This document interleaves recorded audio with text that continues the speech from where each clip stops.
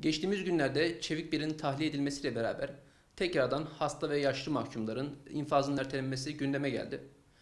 Geçtiğimiz yıllarda da kendi müvekkilimiz Şehmuz Apsoy ve babası Mehmet Emin Apsoy için taleplerde bulunmuştuk. Müvekkil Şehmuz Apsoy kolon kanseri yıllardan beri tedavisi sürüyor. Ee, Ancak buna rağmen taleplerimiz reddedildi. Adli Tıp Kurumu'ndan olumlu rapor alınamadı. Adli Tıp Kurumu'nun Adalet Bakanlığı'na bağlı olması tarafsızlığı konusunda yıllardan beridir tartışma konusu. Yine diğer müvekkilimiz Mehmet Emin Apsoy da 70 yaşında ve Parkinson hastası. Onun için de yine yıllardan beri talepte bulunmamıza rağmen herhangi olumlu bir rapor alınamadı. Çevik birden daha ağır durumda bulunmalarına rağmen taleplerimiz reddedildi. Tüm mahkumlar için ağır hastalık ve yaşlılık durumunda tarafsız bir kurum tarafından düzenlenecek raporlarla infazın ertelenmesi hızlıca uygulanması gerekmektedir.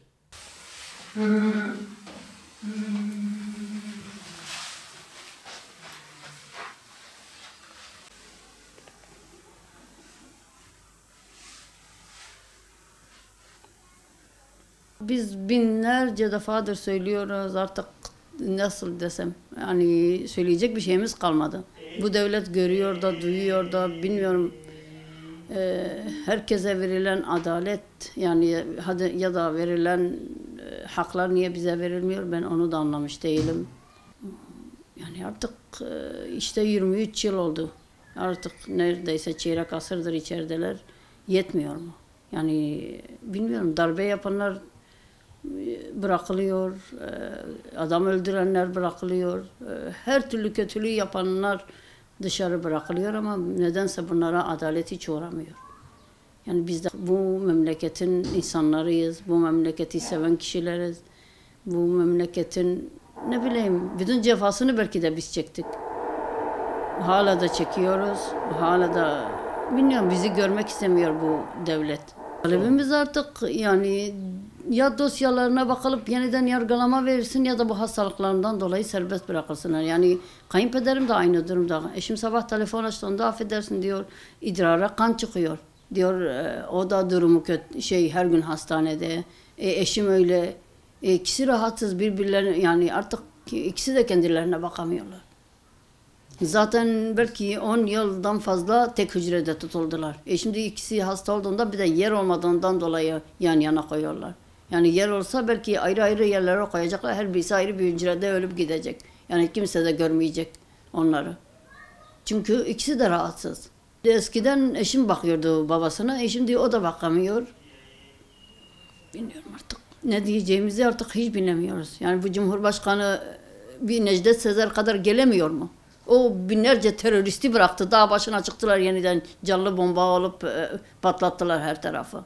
Ya bir şey insifatini kullansın, bir ne diyorlar? Bir bıraksın artık bu hasta mahkumları. Bir tek eşimi, kayınpederimi değil, binlerce hasta mahkum var içeride. Herkese adalet gelsin. Bir tek bize değil, herkese uğrasın. Eğer birine hak veriliyorsa herkese verilsin. Verilmiyorsa hiç kimseye verilmesin. Yani burada çifte standart olmasın. Madem ki aynı ülkede yaşıyoruz, madem ki aynı ülkenin insanlarıyız, bu insanlara da aynı haklar verilsin ki herkes bilsin ki Türkiye'de de adalet var. Ama artık hiç kimse adalete güvenmiyor çünkü yok. Birine verilen haklar öbürüne verilmiyor. Ya bizim dayımız olacak ya da hiç kimse bize sahip çıkmıyor. Öyle mi olması gerekiyor? Madem ki Müslümanız, madem ki Hazreti Ömer'e baksınlar. Nasıl bir adalet uyguluyordu, nasıl yapıyordu, nasıl bir İslam ülkesi kurmuşlardı. Ona baksınlar, birazcık olsun örnek alsınlar ya. Madem ki alnı secdede olan kişilerdiler, birazcık olsun örnek alsınlar o Müslümanları.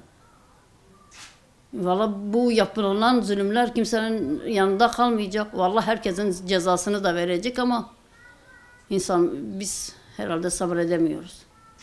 Yani işte Çevik bir en büyük darbeyi o yaptı Müslümanlara ve o bütün ülkeye yaptı. %99'u Müslüman olan bir ülkede bırakmıyorlardı kimse başörtüsü taksın. Başka bir şey değil.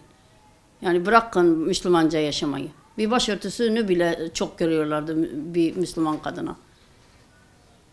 O niye serbest bırakılıyor da bizimkiler bırakılmıyor?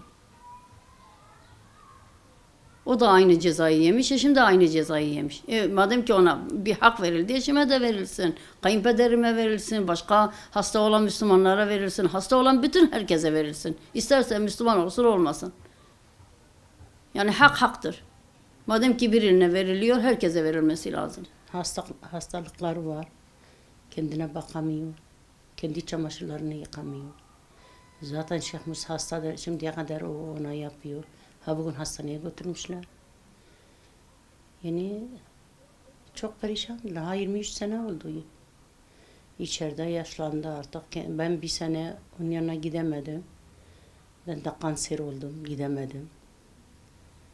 Yani büyüklere sesleniyoruz. Artık bıraksınlar. Yeter. Hem o kadar millet bırakıyorlar. Niye onları bırakmıyorlar?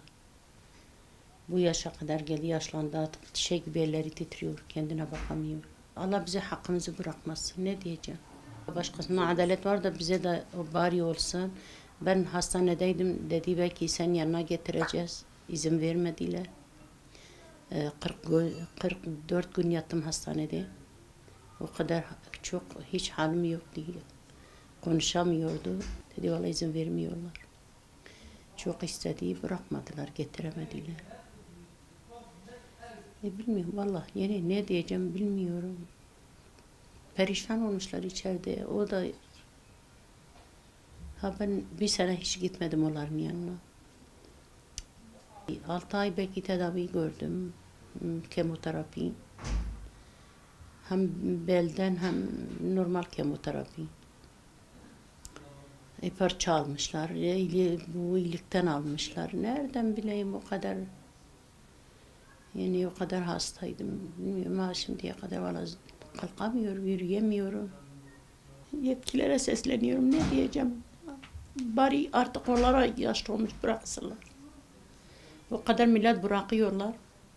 Bari sıra onlara da biraz gelsin. İkisi de kaldı.